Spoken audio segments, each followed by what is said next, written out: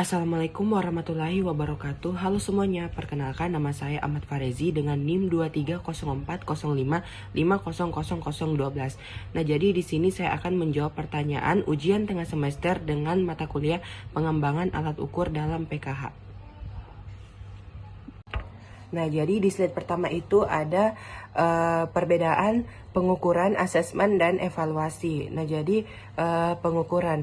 Nah, jadi proses pengukuran adalah proses penetapan angka atau skor pada karakteristik seseorang menurut aturan tertentu. Sifatnya dia itu kuantitatif dan objektif. Contohnya itu menghitung berapa detik anak autis mampu melakukan kontak mata, misalnya 3 detik. Terus ada asesmen. Nah, jadi asesmen adalah proses pengumpulan informasi secara komprehensif, baik data kuantitatif maupun kualitatif untuk memahami kondisi, hambatan, dan kebutuhan anak. Contohnya itu mengamati mengapa anak hanya melakukan kontak mata 3 detik, apakah karena ruangan terlalu ramai atau ia merasa cemas. Terus ada evaluasi. Nah, jadi evaluasi ini adalah proses pengambilan keputusan atau penentuan nilai atau judgment berdasarkan hasil asesmen. Contohnya itu memutuskan apakah program latihan kontak mata yang dijadikan sudah berhasil atau perlu diganti dengan metode lain.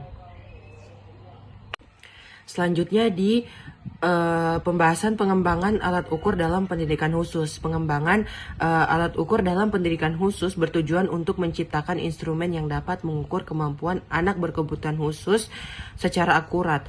Alat ukur ini harus valid, reliable, dan sesuai dengan kurikulum dan berkebutuhan khusus. Terus ada urgensi dalam layanan pendidikan ABK. Nah, jadi alat ukur yang baik sangat penting dalam layanan pendidikan anak berkebutuhan khusus karena dapat membantu mengidentifikasi kebutuhan dan kemampuan anak berkebutuhan khusus, mengembangkan program pendidikan yang efektif, dan memantau kemajuan ABK serta meningkatkan kualitas layanan pendidikan ABK. Terus ada urgensi bagi calon guru pendidikan khusus. Nah, calon guru pendidikan khusus perlu memahami pengembangan alat ukur dalam pendidikan khusus karena dapat membantu mereka mengidentifikasi kebutuhan dan kemampuan ABK dan dapat membantu mereka mengembangkan program pendidikan yang efektif dan dapat meningkatkan kualitas layanan pendidikan ABK serta dapat meningkatkan kepercayaan diri mereka dalam mengajar ABK.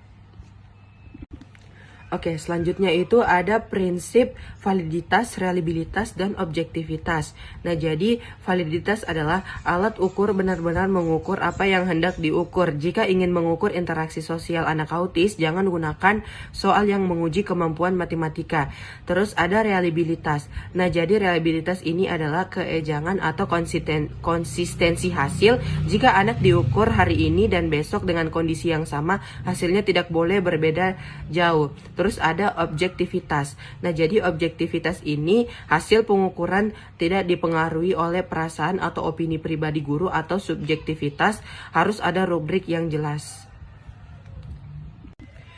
Terus ada pengembangan instrumen aspek sosial anak autis. Nah, jadi sebelum kita mengembangkan instrumen aspek sosial anak autis, kita harus mengetahui karakteristik terlebih dahulu. Misalnya, karakteristik anak autis ialah kesulitan interaksi sosial, kurangnya kontak mata, serta kesulitan memahami emosi orang lain dan cenderung menyendiri.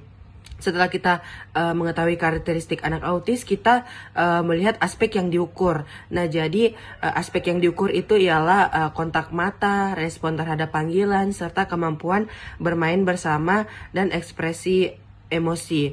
Adapun aspek yang diukur, sekarang kita beralih ke contoh indikator. Nah, jadi contoh indikator ini ialah misalnya anak mampu melakukan kontak mata selama 3 atau sampai 5 detik, atau anak merespon saat dipanggil namanya, dan anak mau bermain dengan teman sebaya, atau anak menunjukkan ekspresi sedih atau senang. Nah, selanjutnya itu analisis butir instrumen yang tidak dipahami. Nah, jadi kalau misalnya instrumen yang tidak dipahami itu kita harus mencari tahu dulu penyebabnya. Misalnya itu penyebabnya itu mungkin ada bahasa yang terlalu sulit, atau instrumen tidak sesuai tingkat kemampuan anak, atau kurangnya contoh atau penjelasan, serta instrumen tidak konseptual.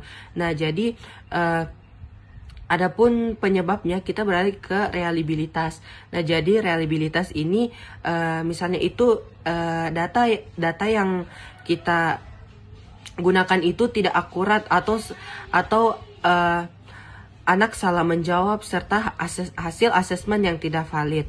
Terus ada objektivitas. Nah, jadi gunakan bahasa sederhana sesuai dengan karakteristik anak berkebutuhan khusus, serta tambahkan gambar atau contoh, lakukan uji coba, ulang revisi instrumen.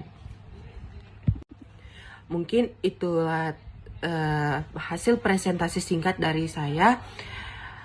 Saya tutup. Wabillahi taufiq walhidayah. Wassalamualaikum warahmatullahi wabarakatuh.